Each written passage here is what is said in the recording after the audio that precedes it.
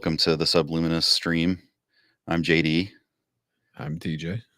and we're super excited for the show today. I feel like, we didn't skip a week or anything, right? Me and Malia, my wife, were just talking about that. It was like, did we miss a couple of shows? It seems like weeks. I think it's because we did so much stuff for Halloween.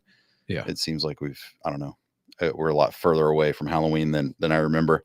But so I guess we're rolling back around to error correction today. So that's going to be the read.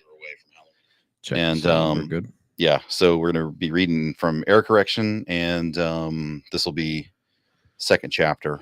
So we've read the three chapters from Cardinal Point, 2 chapters, yeah, something like that. Yeah, we're pretty excited about that. Yeah, so so that was sort of our Halloween extravaganza, was pushing Cardinal Point and Vela. And now we're back to business. Yeah, now we're back. This if you didn't hear the first episode with error correction, that's our sci-fi cyberpunk book that's kind of got a little bit of I'm calling it what did I say? It was like a biotech injection or something like that. It sounds dirty. Yeah, but, something like that. I guess we haven't gotten to that. Well, there's a lot of biomech stuff. Yeah. So it in my real life, I have did a lot of video and animation for biotechnology clients for over 20 years. And so pursuing that as a fictional concept is interesting to me. So I've been doing some work in error correction, trying to make some plausible sort of biotechnology stuff happen in that story.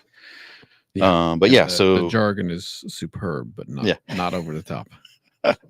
Yeah, as I wanted it to be more believable than I guess Star Trek, the Star Trek jargon. Yeah. So we're gonna read error correction today. My damn arm here, it's like flopping on me. Oh yeah.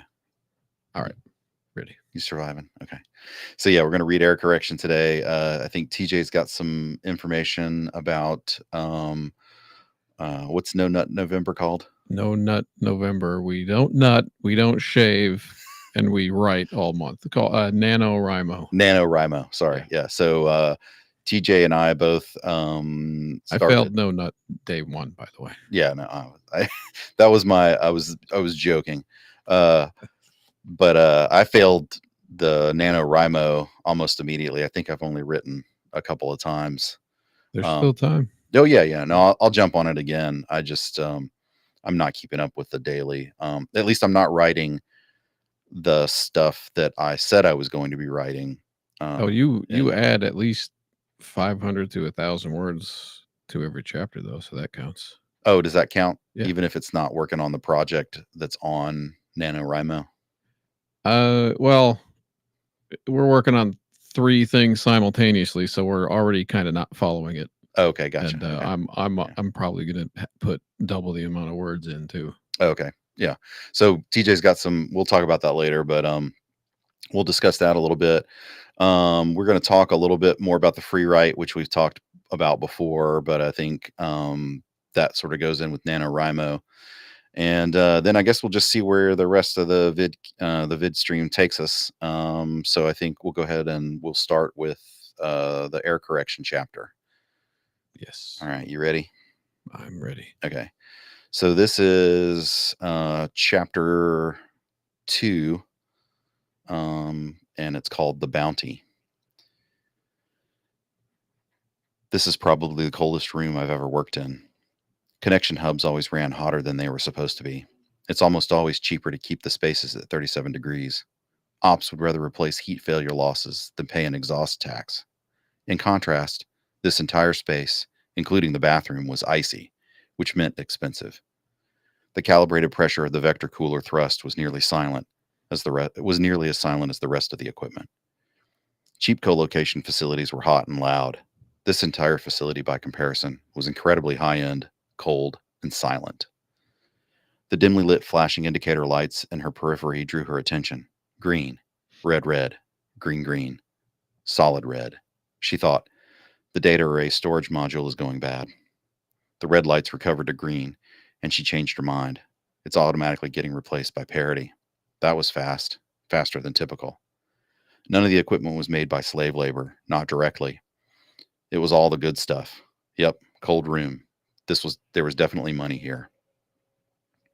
She was chasing an anonymous bounty. That meant the data was important enough for someone to be. Sorry, let me start that again. Yeah. She was chasing an anonymous bounty. That meant that the data was important enough for someone to use a third party broker to hide their identity. She paused for a moment and thought about the numbers. M150 was bank, more than she made in the last 2 years. That was what they called it on the street, bank, the kind of large sum you don't spend, just tuck it away somewhere. She whispered to herself as she scanned her slip code before injecting it into the target system. Bank 150. She was surprised at how easy it was for her to get physical access to this location. The hub was the direct provider for the Exodite Election Committee. It was likely to be the best building in a bad neighborhood, and they assumed obscurity was their protection. The door had been easy to access. The state of the art ring polynomial key had been left on the default setting. Every room, including the bathroom, looked like no one had been there since they hung their lab coats by the door after the install. Oversight was the most common vulnerability. She thought about her career in the information sector as her code wormed through the system. Most of the jobs she got were simple, remote retrievals from badly maintained facilities. Her typical client was low level managers trying to discover where their bandwidth was leaking. They ran with rooms filled with end of life tech and crusty old technicians scheming about upgrades. The mid level had been where her real money was generated. Small business owners replacing EOLs with refurbs or retro gear of questionable provenance, much like the transceiver she just replaced. Operators often didn't realize their old tech with incompatible interfaces was more secure than their new bargain tech. Nearly all contemporary attacks relied on nefarious manufacturers that built backdoors into their gear, assembled in slave labor camps. She threw one of the lab coats on over her black jacket and watched the progress bar fill the monitor, partly because she was cold, and partly because of her stalker waiting outside. She retrieved the duped keyed transceiver from the kiosk and kept on the lab coat as she hastily exited the room, slamming the door behind her. She felt her hair stuck inside the neck of the lab coat as she was walking out of the hub. She reached back with both hands and pulled it out, letting it spill over the white coat as she stood on the curb. The move was performative. Mara Ivanova wanted the man that followed her here to see her in the bright white coat. She wanted him to see the white against the raven hair. Sorry. She wanted him to see the white against her raven hair. She had closed the Oh, man, I'm really messing this one up. He had closed the distance. She waited a moment longer. What? I'm following it. You're following? Okay. All right. Yeah, I didn't lose you. All right. He had closed the distance. She waited a moment longer. She was hoping he would mark the change. Her strategy was to let him see.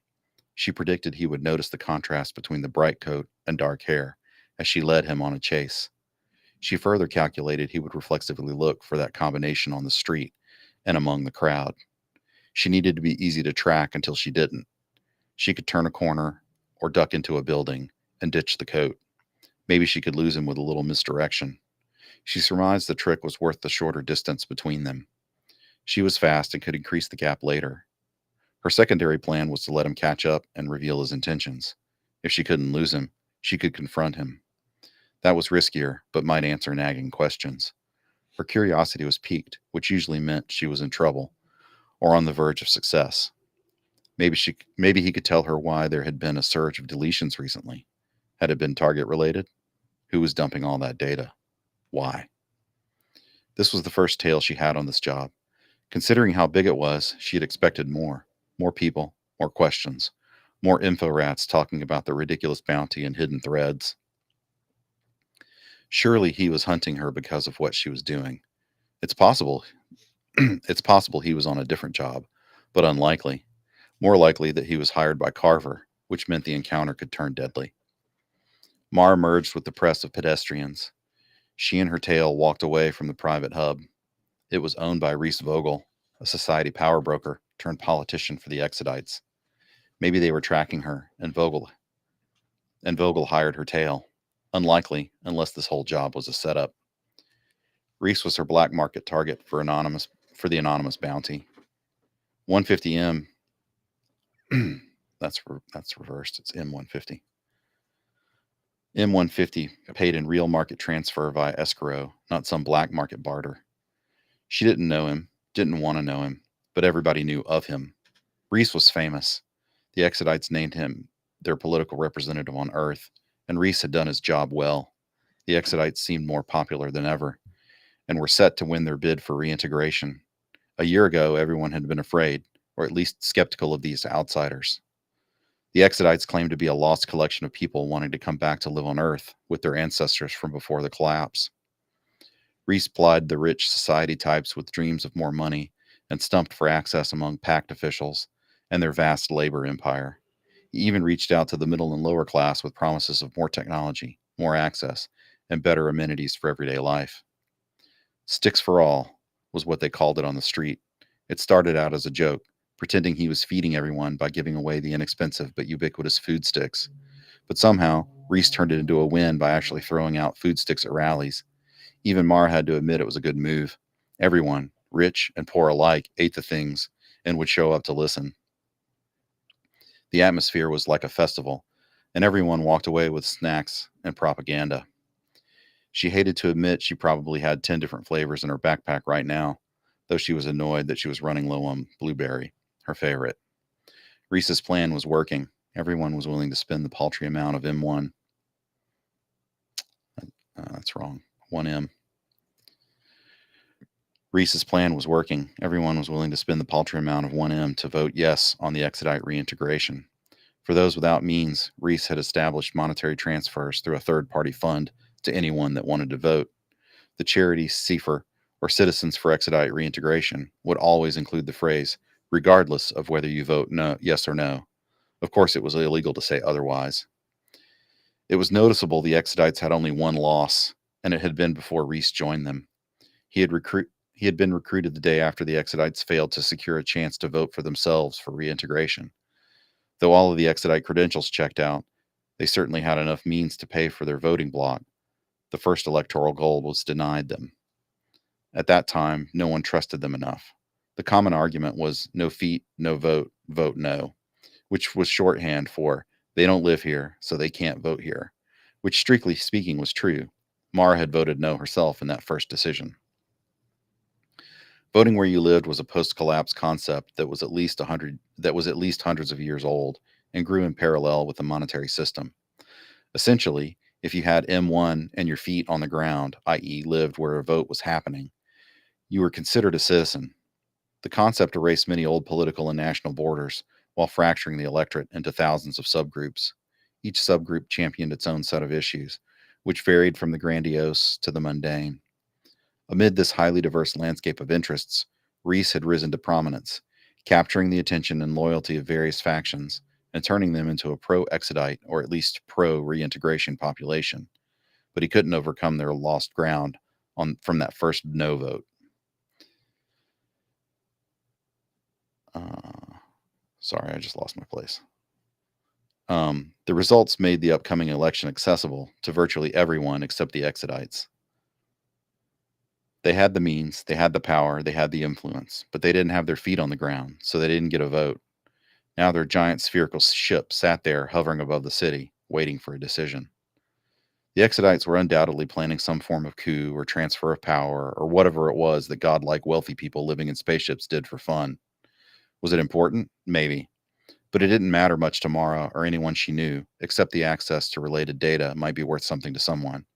She needed access because the Exodites were the key to getting the data on Reese and collecting the bounty. But selling a backdoor remote transceiver into the Exodite ship would be a bonus. She wouldn't have much trouble finding a buyer for that either. To her, it didn't make much difference who was in charge. The Society, Pact, and now the Exodites would play their power games, and yet somehow the value of the means always seemed to stay the same. The old song went, "Meet the new boss, same as the old boss." She said aloud, "Yeah." Her tail was now 60 meters away. She crossed the alley. "Hey, ya!" A street vendor greeted her. In what language was that? Dutch? Swedish? She was close to Avondale, an almost rich neighborhood, so that tracked. "Oh, hey, ya back." She faked a nod to risk a side glance at her pursuer. He was twice as close now, and there was anger there. No, more than anger, malevolence, and hatred, murder maybe. The lines of stress wrinkling his forehead didn't make his intentions any clearer. He was clad in all black, attempting to blend in with the dark, soot-streaked surroundings. She winked at the vendor as she passed and gave the universal head nod for, I'm not interested, but that guy following me is a sucker and wants to buy two of whatever you have. The vendor looked past her and walked toward the stalker, saying, Hey, how about it? M70, you get zine codes for look, buck, transcendent, boom, and more. Direct access to discrete data. I hear Kaylani is getting married again. Mara guessed the Swedish accent won over the middle class locals, interested in the prurient details of rich people's sex lives. They couldn't afford to eat, look, or fuck like the rich, but they could afford to read about it. She had seen the back end deals for the zine code market, and celebrities were in on the take. It was all fake. The direct to market details were invented by out of work, out of date actors, athletes, and politicians trying to hang on to fame. They hired ghostwriters to make up stories and hired a crew to fake leaks of their life and video and witness interviews. It all got bundled into packages that almost everyone loved to watch nearly constantly. The vendor positioned himself between her and the stalker, providing a momentary shield. Mara continued looking forward, no more glances for the moment. She needed to reach the drop box. It was the next left ahead.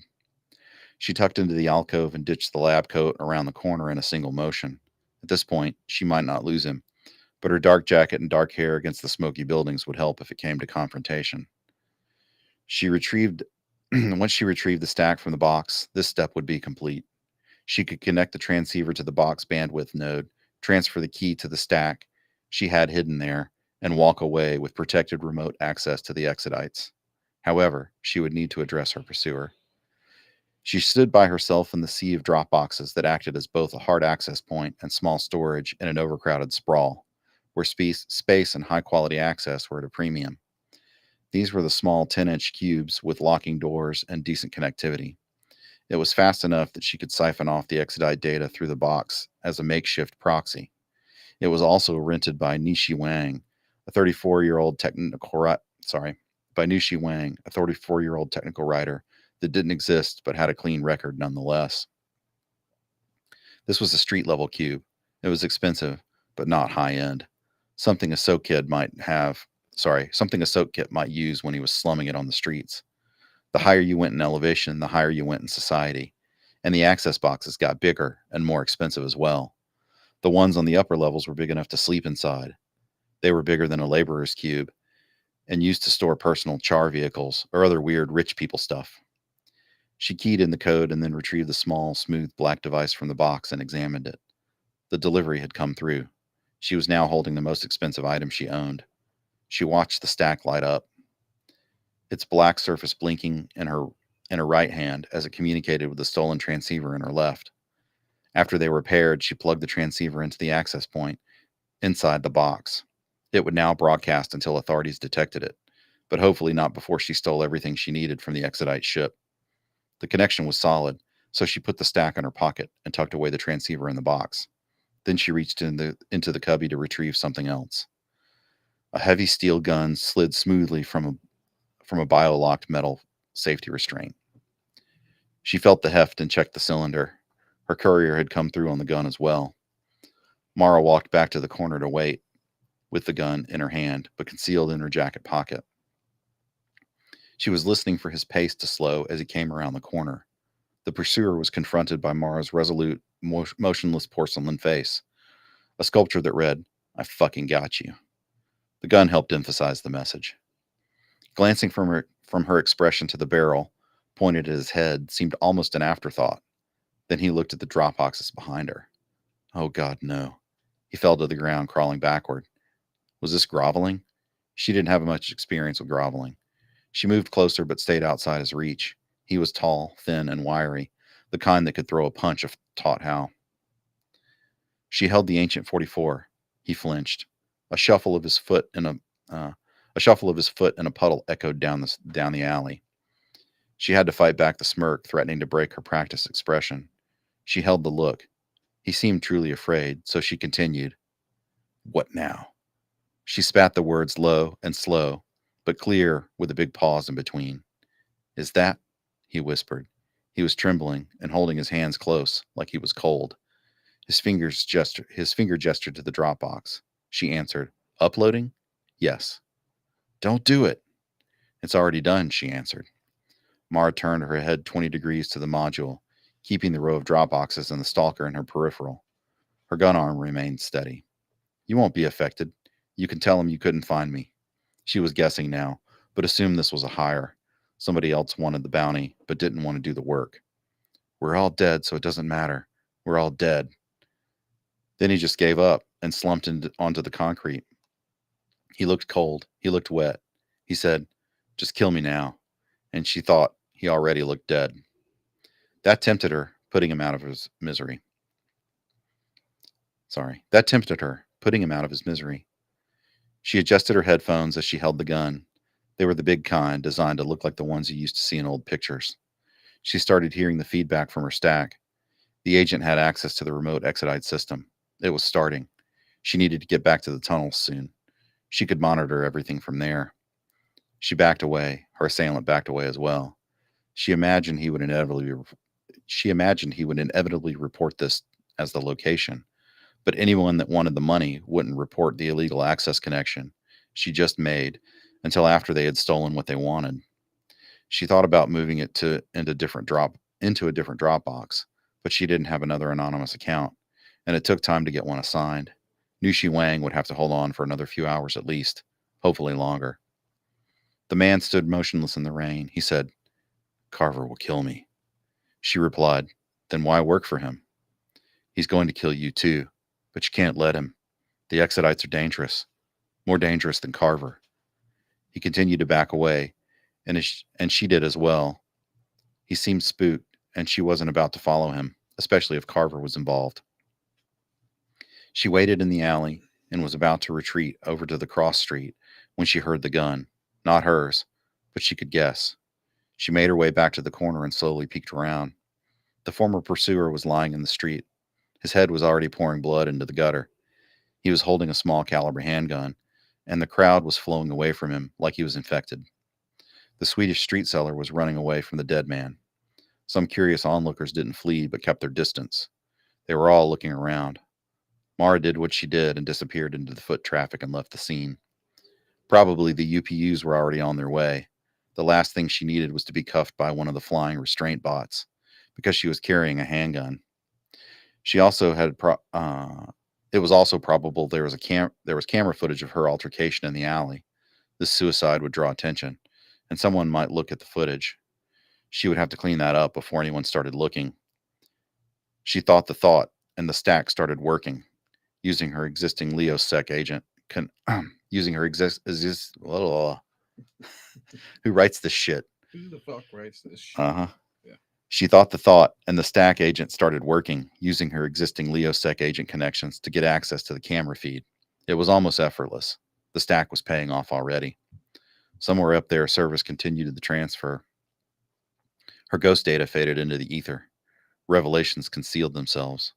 Consequences remained uncertain. All the big shit that no one noticed was happening, and she was in the middle. LeoSec reported that it had successfully replaced the footage with an empty alley. Mara continued through the neighborhood. She was right in the middle of the North American sprawl. Mara could walk from and into the city at the same time. The only way out was east or west, or down. If you followed along the metal shores of Big Sister, the city didn't end for 1,000 miles north or south. The neighborhoods all had names like Cindian, Linden, Avondale, but the city was nameless apart from nicknames. Nova, or the Northern Lady were Mara's favorites. The Northern Lady's concrete forest was ablaze with vibrant illuminated colors, reflected in a way that made it seem like shining water. To match, a blue mirage in the air bounced off of a gray backdrop sky. The lights, windows, and surfaces were wet with rain and made the dirty city feel clean.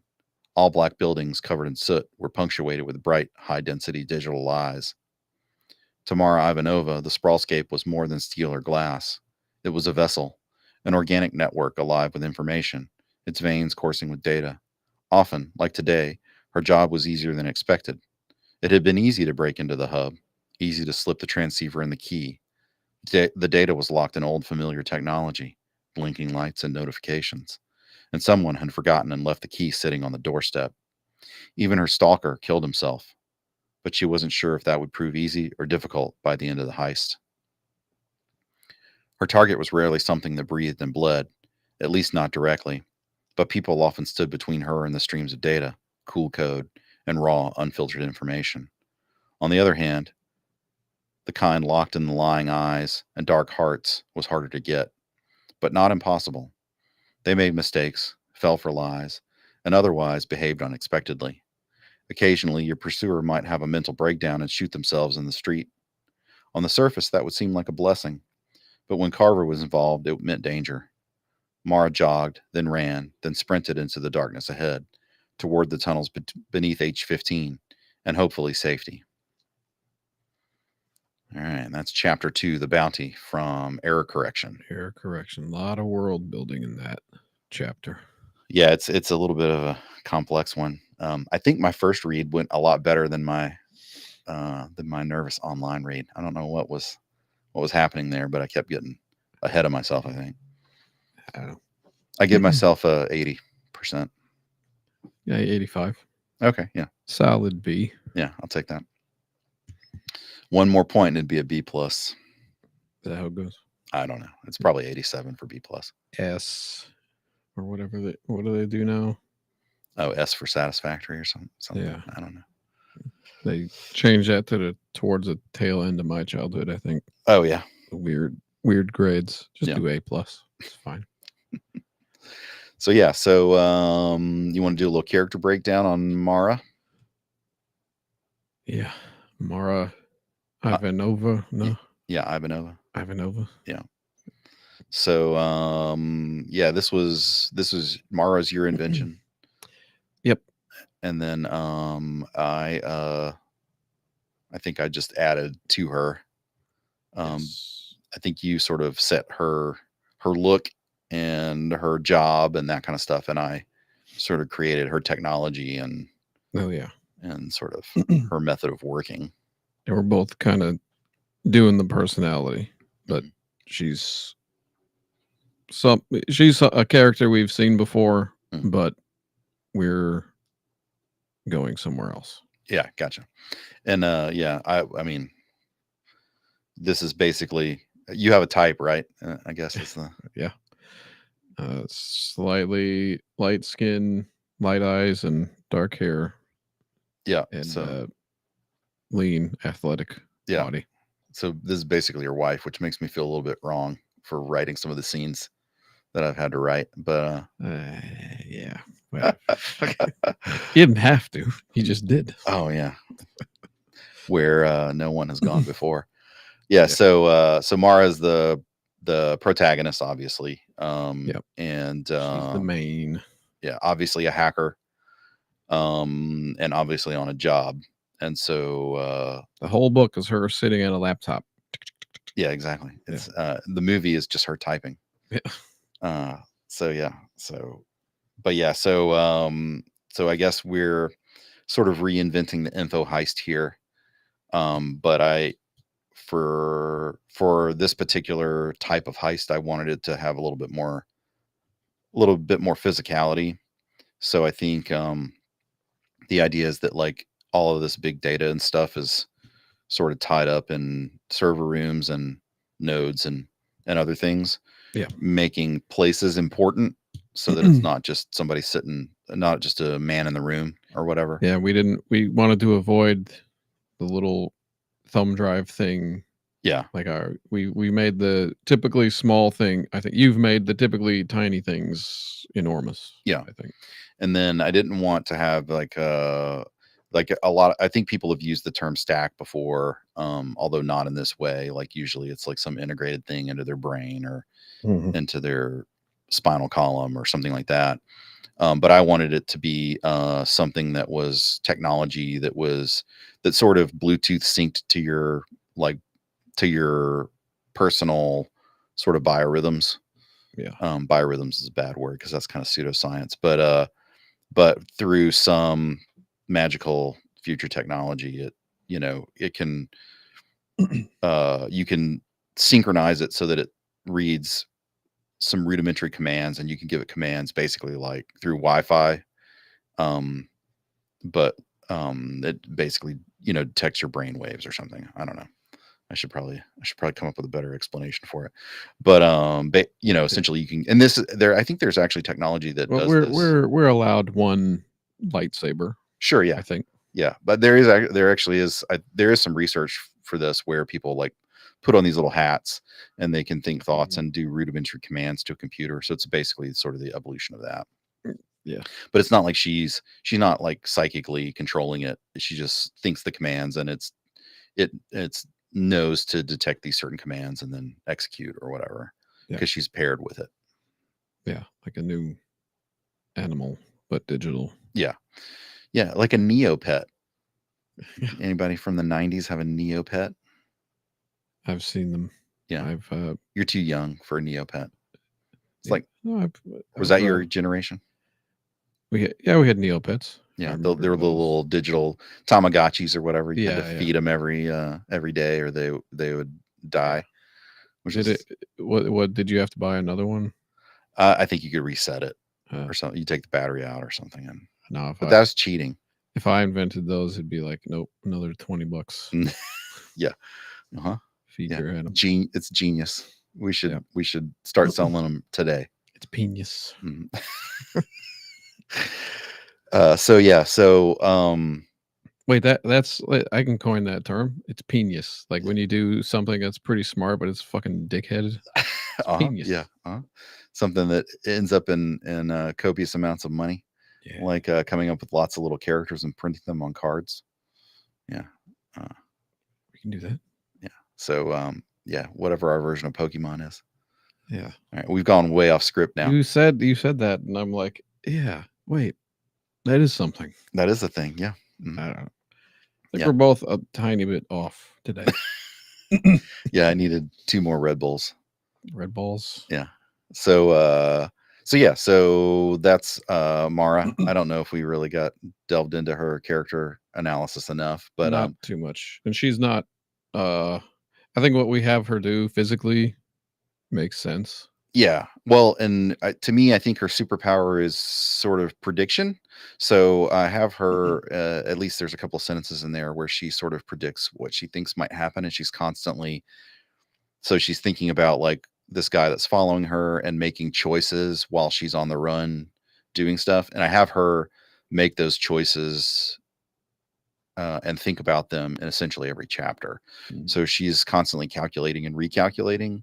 And so to me, that's kind of her superpower. So she's sort of looking at things, thinking about what the outcome of those things are, and then sort of reality hacking based off of Yeah. what she sees and how she reacts. And the way I wrote her in other kind of less intense scenes is she maybe loses that ability when the situation is like not intense. Yeah, she switches off. Yeah. And that was I did notice that. So again, I think we've talked about this process a little bit where you kind of throw up a big chunk of text and then I start like editing it before I've even read it. Yeah. So I'm editing it as I go, and the goal is to try and predict, like try and guess where you're headed. And that was one of those things where the guess was correct. So I was like, oh, I think he's given her a switch so she can sort of flip on her superpower and then turn it back off. Yeah. And she's like not this is not like a detective story, but I kind of thought of Sherlock Holmes. Like it's kind of fucking annoying. He's just on all the time. Yeah. And maybe it'd be better if in some ways in personal life a character like that was just kind of fumbling, but when it came to the job, he was on it. Yeah. Yeah. So this is she's on and then she parties hard, I think is the sort of the outcome. And so we'll get to see a little bit of that in some of the next chapters as we move through. But she's got to go through some bullshit first, because that's what you do to your protagonist. Throw a bunch of bullshit at him. Yeah, she'll get some limbs cut off. Which is what she gets murdered and then comes back to life. That's her other superpower. And when I say superpower, I don't actually mean superpower. I mean like this is what she's good at. So she's not it's not actually supernatural or anything. Yeah. She's smart and predictive. She does all of these sort of like 80-20 rule predictions, Yeah. trying to constantly like surf that 80%. This is very D&D where we're going to have a bunch of people who can do specific things. Is that kind of how Yeah. I didn't think about it being the party, but there's definitely a party. Yeah. And who's the useless bard is really the question. Liam at times when Yeah, when there's nothing to punch. I felt like he's the fighter, but yeah, he might be. Yeah. Maybe he's half bard, half fighter. When they're lobbing spells at the things far away, like what the hell's a fighter going to do? Run? Exactly. It's mostly a joke directed at bards to try and get rage clicks. Or is that blue magic or something? The songs? What the hell is that? Oh, I don't know. I just know Final Fantasy. So you stumped me. Yeah. Yeah. I don't know Final Fantasy. I only know core D&D. I think there's some overlap. Yeah. I don't know. Probably. Dragons. So yeah. So I do think you're correct. There's a party element. Yeah. Definitely some people that's got some specifics. There's a little bit of crossover. We got a couple of hackers. I'm like spazzing on this switcher today. Yeah, it's good. Everybody needs a little excitement while we're talking about all right D&D parties. So why not? Yeah, if you could do it fast enough, we blend into one person. Oh, can it do? Does it have the ability? Oh, almost. We just lost 5 years. No, I'm kidding. We didn't even start with 5 years. So all right, so that's Mara Ivanova. We got any questions or anything? Not about anything we read, just what happened to the Minecraft guys. Oh yeah, Minecraft guys. Mullen Records asks. So Eric and Brent and Wes, and that's sort of the core 3 Minecraft guys. I know they're not doing the Shaft anymore. They sort of did a resurgence. They had a Shaft podcast channel for a little bit. Eric is now doing like a retro video thing with his partner Daryl, and those two have been making videos since like they were kids. Like that was how I first met them, was being in, I think they had to do a movie project for us, like it was like a science project for like high school or something, and they asked the teacher if they could do a movie, and it was about like they had to pick an element, so they picked gold. So they did this like heist movie where like people were like shooting each other and like trying to steal gold and stuff, and then in the middle of the heist it's like gold has an atomic number of whatever, and and then they turned that in. But I had to be like, I think I got cast in their video because I owned a trench coat, a leather trench coat, so they made me like a bad guy or something. And yeah, you have a trench coat. Yeah, and so we all like beat each other up downtown, and then Eric edited the thing together, and I think it was the only A he got in his entire high school career or something like that. But yeah, so he and Daryl are doing some retro video stuff, and I think they're actually getting some pretty good traction. I watched some of the Eric and Daryl stuff. Yeah, Eric and Daryl. Yeah, pretty cool. Yeah, stuff. I'll have to, maybe we'll throw the link down in the description below, so y'all can go check them out. And then I don't think Brent's doing any broadcasting. I play D&D with him once a week on Sundays. We're sort of wrapping up our campaign and then trying to figure out what we're going to do moving forward. But we've been playing together for 3 years now or something like that, through the pandemic and up to now. Yeah. So that's what they're up to. Wes, I'm not sure. But yeah, maybe we need to get I keep saying this, I think weekly, I say I need to reach out and get them back on the channel for something, because I'm sure it would be super popular. Yeah. And if they're willing to do it, we could probably arrange that. I think the secret is it going to be Control Point, or is it going to be the Shaft? Is it going to be Minecraft related, or is it going to be Team Fortress related? I think there should be a battle royale, and whoever wins gets a reunion show. It's all the same people. It's just 2 different shows. Like all you battle each other, and then whoever wins gets to do whatever. Yeah, it should be a machinima down. somebody should make a Minecraft machinima, but using only Team Fortress graphics, and then somebody should make a Team Fortress machinima, but only using Minecraft, and then we'll judge. Don't do this. It's a If horrible I idea. if I had to if I was an old fan, the question I would have is, do you know what those guys think about this? Oh, what we're doing? Yeah, if Yeah, I they don't would know. know. I haven't actually talked to them. I'll have to reach out. I think I mentioned it to Brent and told him what I was doing. Brent would probably notice some connections to some of the writing that I'm doing. Subluminous, the name of our stream, is actually part of my D&D world too. So I use that term in D&D Mm. for a similar reason. So it's part of the lore of all the crap that I'm working on. But I haven't talked to Eric in a couple of years. But yeah, I should reach out to them and see what they think of me. Yeah. Do we have no other characters? Oh, and well, we could talk about the Exodites. Is that what you mean? What are the Exodites? What's a mean? What's a stick? Yeah. So Yeah. stick is food. The Stick idea is that I had life. for that was that there was actually I did some Mm. research on some different kinds of foods from the space era, like the 1950s and 60s. And the space race was causing a lot of people to do anything space related would sell really well. So like Tang Mhm. was like a space age drink and all this other stuff. And Pillsbury actually created these food sticks. They didn't call them that, but it was like these, I don't know, these baked flavored sticks that you could buy that were like packaged or whatever. And so I was like, okay. So I was like, what if that was like the one thing that survived the apocalypse from Pillsbury was these sticks, and they became like super popular because it just basically got everybody through Yeah. famines and stuff, and This they is could make Taco Bell and Demolition Man. yeah, and they could make them, they're shelf stable for hundreds of years or something like that, and people and they had like just thousands of different flavors, right? So it just became this like sort of ubiquitous snack food, and everybody had their own. And there's like ancient flavors that get resurrected every once in a while that are 100 years old, and they haven't had them around for a long time.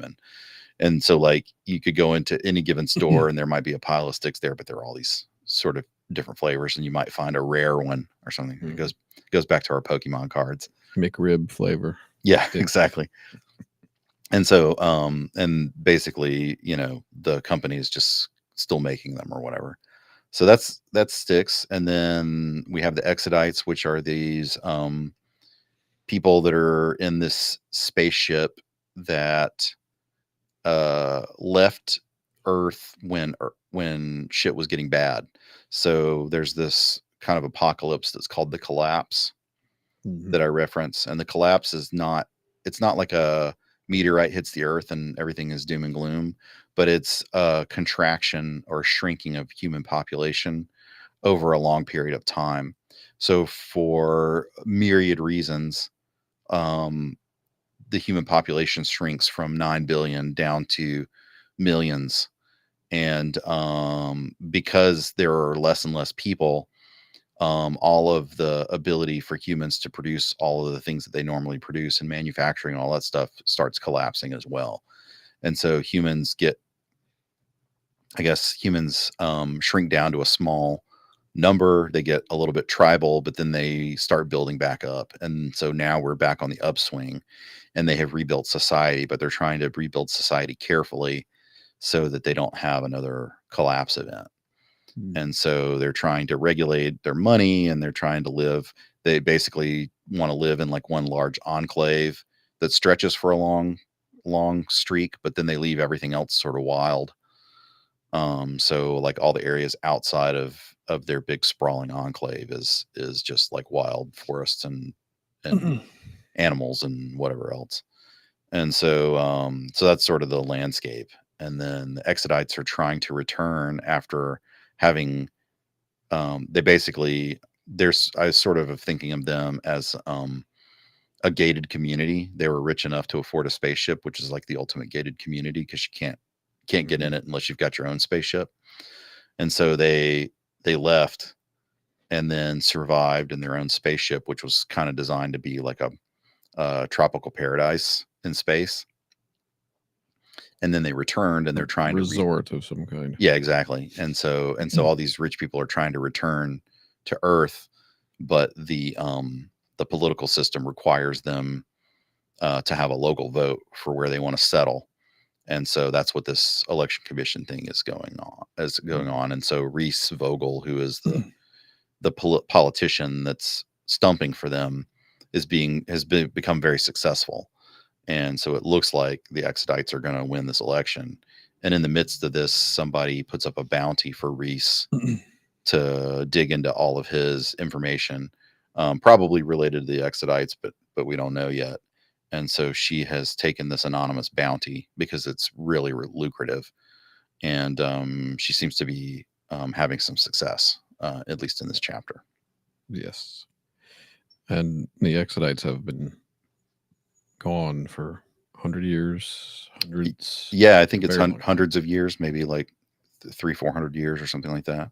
Yeah. We talk about sort of we get into some more of the politics and how the voting works and that kind of thing. But the means is basically, it's essentially a blockchain monetary system that has tracking, and but it also they have created a voting system on the top of it. And so essentially you have this paltry sum, which is one mean, which is a very small amount, or M1, which is it's like 0.1% of a dollar or something like that. And and that's essentially, it's basically you take a penny and you vote. And so the way that you vote is you transfer that penny when an ad hoc election happens, and elections can happen at any time. So there's all these like voting blocks where people are like saying, "Hey, we want you to vote for this," and then people say, "Oh yeah, I'll vote that." So it's basically like a thumbs up in current times on like Twitter or something like that. Mm. And so, but everybody has skin in the game because they put this like one little amount, paltry sum. But for really big elections, that could actually mean something, because that money goes to the winner. So it's also like campaign funding as well. So everything has got this sort of Kickstarter feel to it for voting, and all these voting blocks sort of build themselves up. They promote themselves. People, and then the news starts reporting, "Oh, look, these voting guys, these blocks are getting a lot of money. Maybe you should go vote for it." And then people throw money in it, and then when the election ends, that becomes law, and so all of that law gets integrated into society. Yeah. This is a world of like crypto and crowdfunding and making individual things into a mass, and then Yeah, exactly. Yeah, so it's I'm it's trying to figure all out a way to say it. But yeah, no, it's all sort of like vote bundling, basically. Mhm. So these voter blocks are divided into lots of little voter blocks, but then they also sort of connect to like larger voter blocks for more important things. Mhm. And then they're also divided by, like, since the sprawl is like not states or counties or anything, it's like one big sprawl. It's basically people voting for things where they live. And then really, really big stuff might have more regional voting blocks, but really, really small stuff might be just a neighborhood voting block.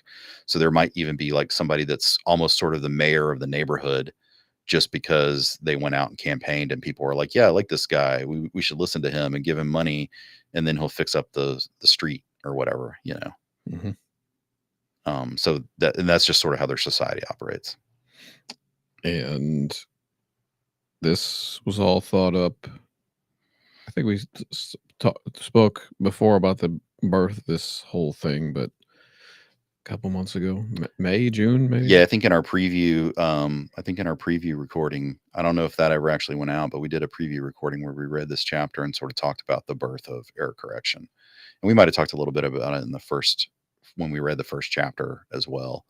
But yeah, so yeah, I was reluctant to do some cyberpunk, and then I started thinking about what were some things that we could make commentary on that are sort of modern society. And I was like, okay, well, TikTok and Facebook and Twitter and Instagram and voting and thumbs up and That's what I thought when you said about you rich enough to have a spaceship.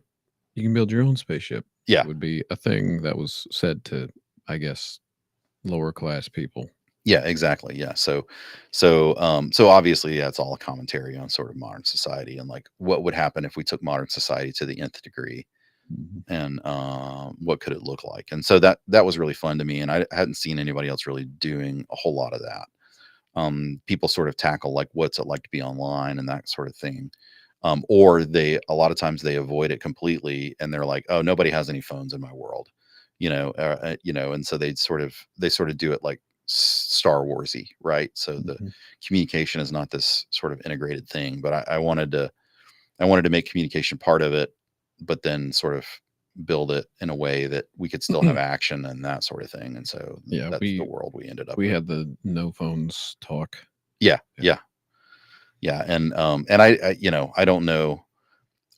I don't know if we've actually even mentioned any phones yet, but there's definitely communication happening as if Mhm. people have these items. So Yeah, there would need to be in this we the world.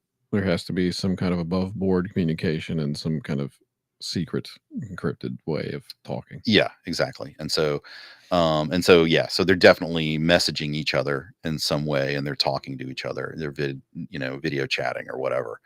But it's all, devices are sort of ubiquitous, so the the phone is not ubiquitous, but the connectivity is. And Mhm. so they might be connecting with each other in all different types of ways on different types of devices, but it's all basically essentially sort of works out to be like a phone, but there's Yeah, just not an actual, they don't bust out the iPhone. yeah. And I think a lot of sci-fi and cyberpunk all get lost in the technology, but this really isn't. It's all nice dressing, but it really isn't about that. Yeah, yeah. Yeah, exactly. So I'm hoping that, I can feed it a little bit at a time so that it's not overwhelming. Once we get into the biotechnology stuff, that's where I get a little bit worried about the writing, because the things that I might feel are super fun and nerdy might be really boring to somebody else. But I'm trying to make it sort of interesting by having it be high technology, but also potentially deadly, but also like potentially driving the storyline. So I think once we get to that, it becomes a little bit less window dressing, and it's a little bit more integral to the plot. Yeah. Because the actual cyberpunk stuff is everybody's done hacking, right? And Mhm. so and a lot of people have done some biohacking, but I'm hoping that the biohacking stuff that I add is something new that people haven't seen before. Yeah. Is it helping with the originality when I just think of some damn thing and like you're kind of left to figure out, well, how can this work as realistically as possible? Yeah, I mean, I sort of take your original text as like problem solving. So Yeah. I'm like, the first thing I do is I was like, what the hell is he talking about here?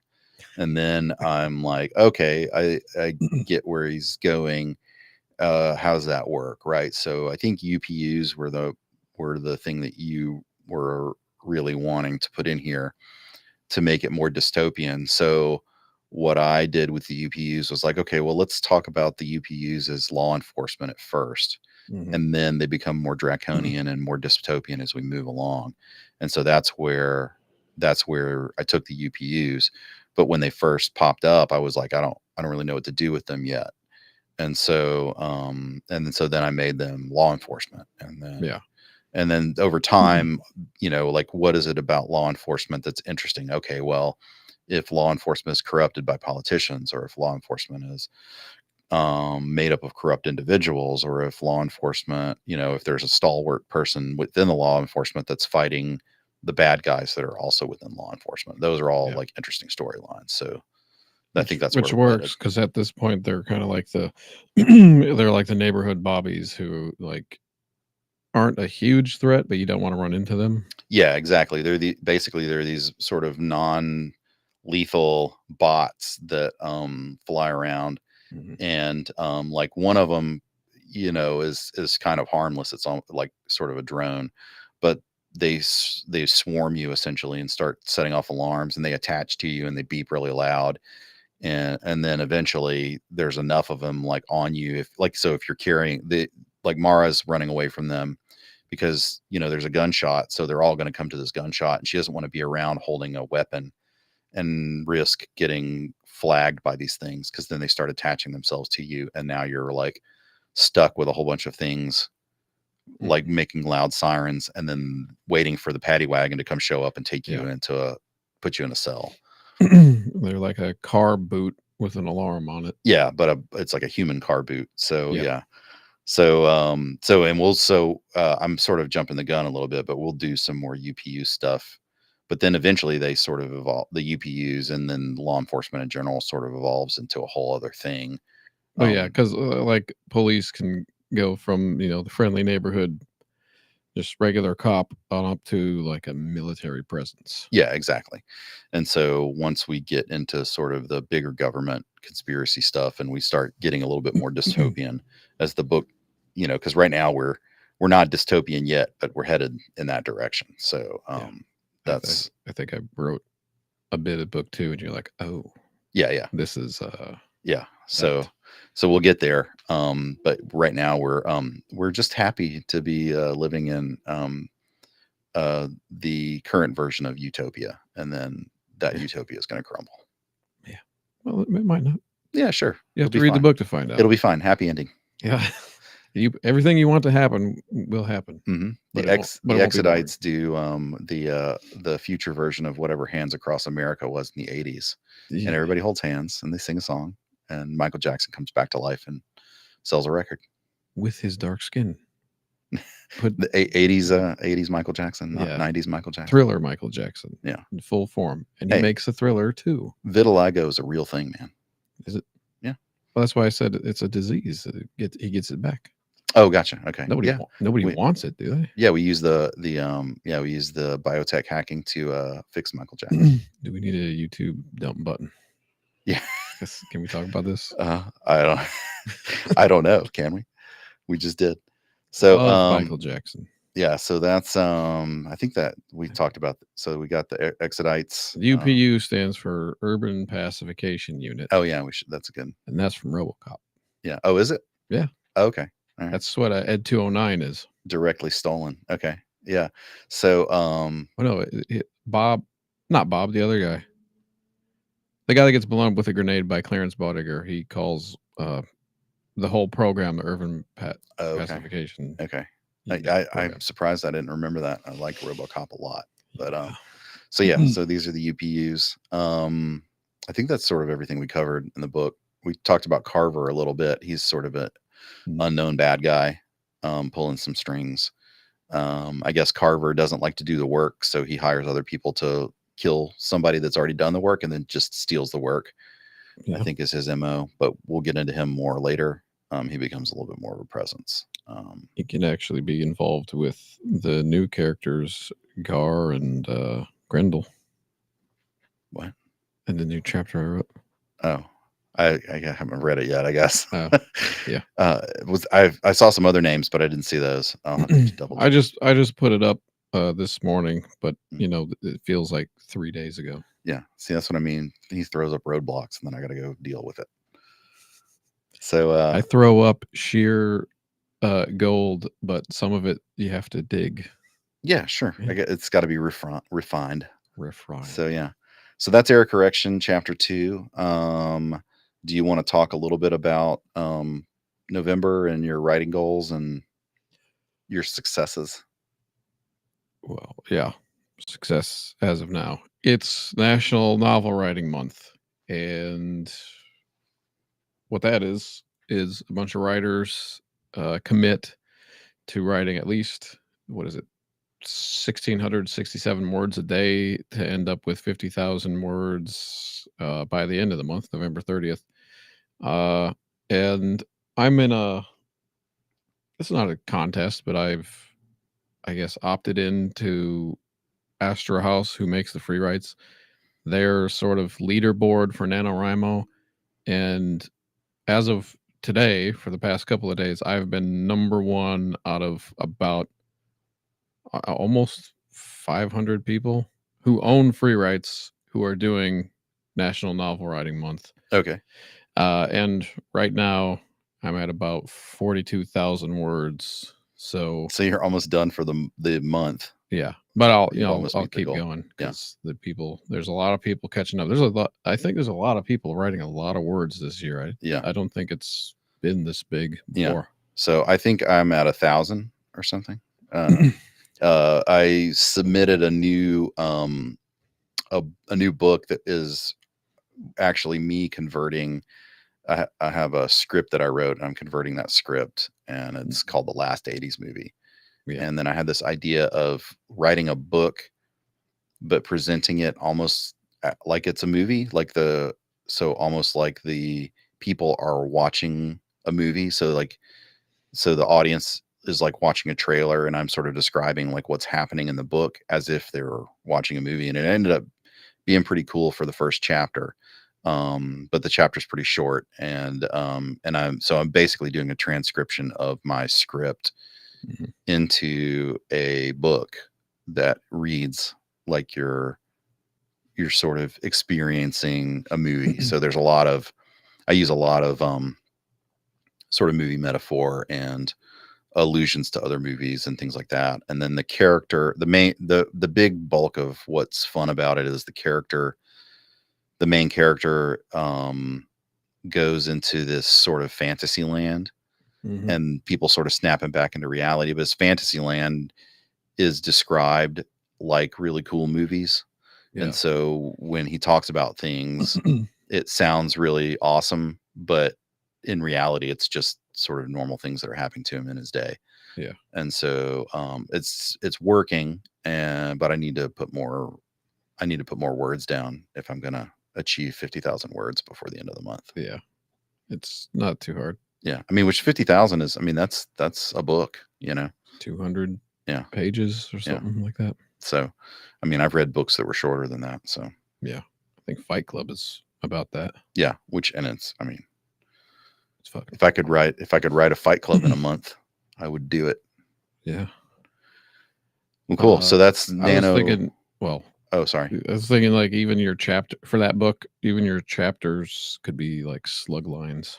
Oh, yeah. So totally. There's like, I think I forgot what the first one's called, but it's essentially the trailer of the movie, right? And it talks about people like eating popcorn and all this other stuff, and then sort of, and then you hear the like, the radio voice of the inner world guy or whatever, Yeah. right? And so I sort of describe the intro scene and all that stuff, and then it flips to the actual characters um that are in the last 80s movie. So Yeah. maybe I'll read it. I don't know, we'll see. Yeah, we'll get to it. Yeah. That was National NaNoWriMo Month. I'm number 1. Yeah. TJ number 1, NaNoWriMo. Now I gotta JD last defend. place, NaNoWriMo. Well, there's a lot of people with 0 Oh, okay, up good. there. Yeah, all right. Well, I don't have 0. For some reason, I'm number 1 for like the overall, but every day I get thrown down to like 170 or something. I'm like, can't so I've got to fight for it every day. Oh, dang. Yeah. Yeah. All right. Well, you can do it. I believe in you. Still number 1 overall. Yeah. And you're doing this all in the free write, right? All on free writes. There was Okay. actually I had the one free write that I did like a couple thousand on the first couple of days, but then the majority of the writing on the other 2, and I had those like off Wi-Fi. So when I turned them on, I have like one day that was like 20,000 words. Okay. So Yeah.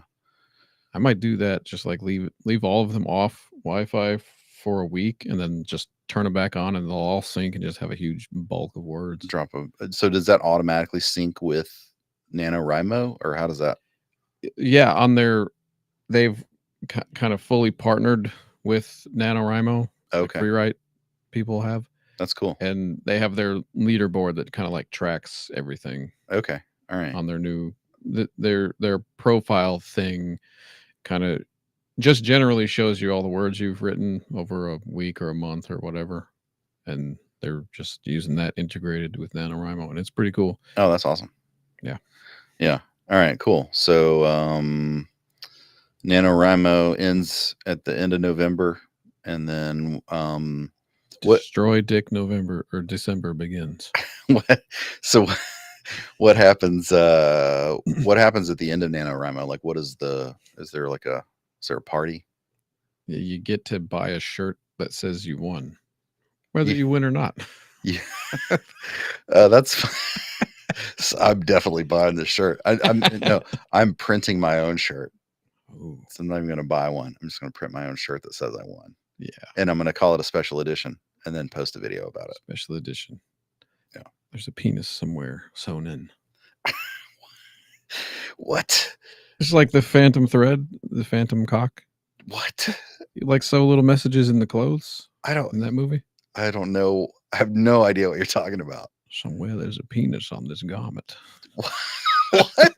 I know. Okay. If somebody knows what I'm talking about. I hope so. Just like when I talk about Saturn, somebody understands me. I've got something to look up now on the internet. That's going to be a fun Google later. Phantom penis. Uh-huh. Yeah. Just be Oh, Phantom Menace. Is that what? Is it a Star Wars thing? no. Well, there's a movie called The Phantom Thread. Uh-huh. Paul Thomas Anderson Okay. a couple years ago.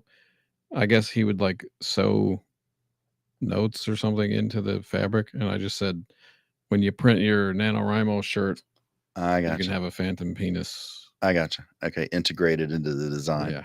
I got you. Okay. I'm catching up now. It just took me a minute. All right, so that's NaNoWriMo. What else? Do we need to you feel like talking about your podcast vidcast? Or we Yeah. want to save that for another day? We're I'm working on it. Okay. We're just working on. Yeah. I guess I'm working on what its structure should be. Yeah. Because it's going to be a little more put together than this, but like I'm not just going to be sitting here reading research or anything like that. Gotcha. And then we got to figure out a day. Yeah, more segmenty. Yeah, because I don't know what we were talking about. We were talking about Mondays, like I guess after I teach on Monday mornings, so after class or whatever. I think we had talked about that. I think we were talking about, and then we missed the first one. Streaming it, but then officially releasing it on Monday. Oh, maybe that's what it was. Yeah, streaming it prior, so we would stream it maybe the week before and then release it on Monday or something like that. Okay. We just got to figure out what day that is. Yeah, it's just another day. So yeah, so that's Unpunished, which is a true crime paired with like mythology, demonology, religion, and the influence of ancient religions on crime. Yeah, because Jesus don't sanction that shit. Yeah, it's in the name of God, and it's not. But Dionysus is definitely into it. Yeah. All right. So so maybe we'll have some updates next week on that. Maybe we can look at trying to put that together. I'm thinking it'd kind of be, we'll say we're doing it, and then 10 minutes later it'll be up. Yeah. But then it will come out on Monday. Yeah. So and then I guess we're back onto sort of a normal schedule. We don't have we got some holiday stuff coming up, but we're not doing anything special for like Thanksgiving or Christmas other than just our regular shows. Halloween seemed to be like that was a pretty fun thing to focus on since we got a lot of horror related books. So we're definitely going to do that again next year. Already have some ideas in the works for what we would do for the next Halloween weekend. Possibly a different setting. Yeah. And then we're definitely late with our chapter for Cardinal Point. It's a big one and it's pretty good. We've been working on it, and I'm thinking we'll be uploading tonight. But since our readership is low now, I'm not super worried about it since we've got a lot of stuff that we're doing and trying out. So yeah, so that's kind of NaNoWriMo this year for me is a way to force myself into a habit. Yeah, because we got so many things we were wanting to do. Yeah, and I'm actually starting to get a little overwhelmed because you're chunking out a ton of stuff, and I'm like, oh, I got to catch up. So we'll see if TJ breaks me Yeah. before the end of the month. Well, you once said to me about something somebody shot. It's like, yeah, the only reason it's not getting done is because they're not doing it. Yeah. Yeah. That's like just a little bit every day. Yeah. Like I don't have to write 6,000 words a day. I just want to. Yeah. Yeah. And I'm sort of, so I believe in that, but my strategy is different. So I like work on 6,000 things, Yeah. but like one letter at a time. So all of my ancient writings are still going, as well as all of my new ideas as well. And so, Oh, that's something I've found it's good for me. I don't know about you, to like how I've been doing it. We're working on 3 things at a time, and it's kind of working out for me. Like when I get hit a block on error correction, I just move on to Sam Yeager. yeah. And once I hit the block on Sam Yeager, I just go on to Cardinal Point or whatever. Yeah. I think it's going to work pretty well for me, just having other like multiple things to do. Yeah. I've had a couple of serendipitous moments like that too, where I look at my whatever, you open up files and there's like sort of the recently, previous projects or whatever, and you sort of look at the list, and I go in there fully intending to work on something specific, and then I'm like, oh, wait a second. And then I click a different thing and start writing on something else that I'm not supposed to be. And it feels a little bit naughty. And but it's inspiring in a way too. So I'm like, oh, I'm being bad, but I'm not really being bad. And so I'm cheating on another book with one of my other books. So it feels a little bit bad, but it ends up being a fun way to distract myself and knock some content out. Are we the fundamentalist Mormons of writing? Like we're just fucking all these books and we keep wanting more? Yeah, I think it's exactly what we are. There's no other way to answer that than yes. Got a wife for 2 days, 2 weeks at a time, and you need another? Yes. Mhm. That's what this is all about. Mhm. And that's how you end up with 40 children living in a trailer. Yep. And when the boys turn fucking age, you get rid of them. That's competition. Mm-hmm. Wait, were we talking about Mormons? Yeah, those fundies. That's okay. Yeah. The ones that yeah. that broke away from the church. Yeah. Okay. Yeah. All right. Yeah. From the mainstream church. Yeah. No. And TJ's 100% Mormon, so he gets to talk about it. Yeah.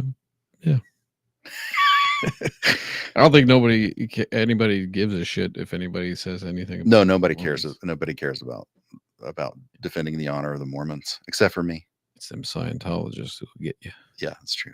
Even mentioning it. Only the Scientologists. I can't believe you mentioned it in our stream. You brought up the S word.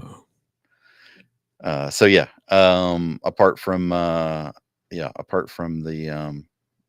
weird religious connotations, that's exactly what we are. We're Mormon bookmakers.